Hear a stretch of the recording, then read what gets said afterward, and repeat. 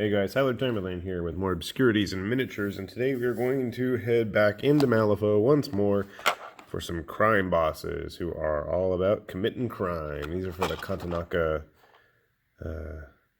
crime bosses, obviously, for the crime syndicate.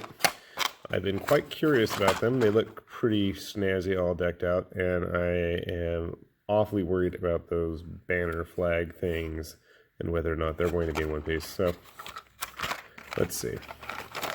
Okay, so, oh wow. Quite a bit of parts involved for just what amounts to 2 figures. Now, in their defense, they are fairly large figures. I mean, this is here the male crime boss. He's a big dude. Reminds me of the 10 Thunders brother. So my fears are somewhat assuaged. The flag itself is pretty thick and sturdy looking. Nice. There is an actual support rod there to glue into place. I'm assuming they go right there. Big thick limbs on the male version. Not so much on the female one. So we'll see. They got these weird, I don't even know what those are. I'm assuming this is part of these round things. Some kind of steampunky equipment on their backs. I don't even know. Interesting that they're front and back bodies and then the legs at the bottom. So, and then this must be our male version's, all his gear and part of his backpack. Where's their card? They should have separate cards, I'm assuming. Let's see. Nagamaki. And they don't seem to have anything listed about their weird backpacks. Oh well. Anyway, who knows what it's going to look like once 3rd edition hits. So, wait, are they both on 40mm bases? Or did I just leave those out? Nope. They are on 40mm because that's the female's card because the male is on top. So I'm assuming they are both on 40s. Okay, cool.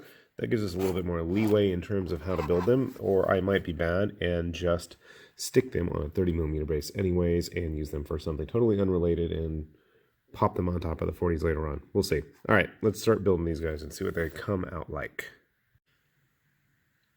All right, our crime bosses are all finished. And I got to say, our male crime boss is quite the large model, even by Malifaux standards, and I did a terrible job of trying to figure out where these flags and pipes go. I honestly don't think I got them in the right spots, and I even dared to look at Wyrd's website just to be on the safe side, and I still don't think I got it right.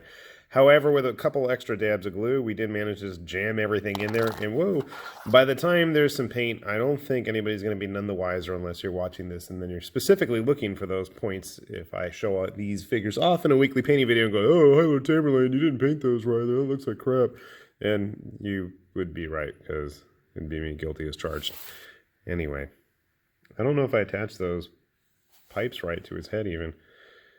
The rest of the body is like really clearly defined and easy to spot an ID and everything. And it's a nice thick figure. You could get away with putting him on a 30mm base though, I think. I really do feel that way.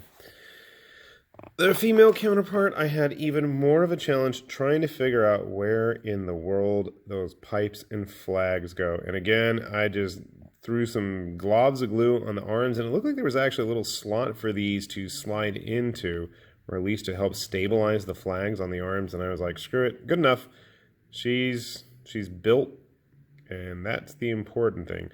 Besides the flag backpack combo thing, her head, which was 2 or 3 pieces, had kind of a hard time attaching those pipes on her face as well, and I still don't really know if I've got them in the right spots, but you know what, live and learn, right? All right, I did grab a couple of Malifaux figures just to give you a sense of size. And like I said, they're big.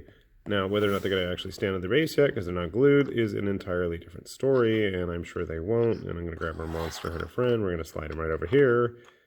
And so the female model, pretty comparable, but those flags really give her a lot of extra space, whereas the male one is just big and bulky. I really don't like when weapons overhang the base like his does, and our Forgotten Marshal is not doing an adequate job of keeping him upright. Is anybody up to the task here?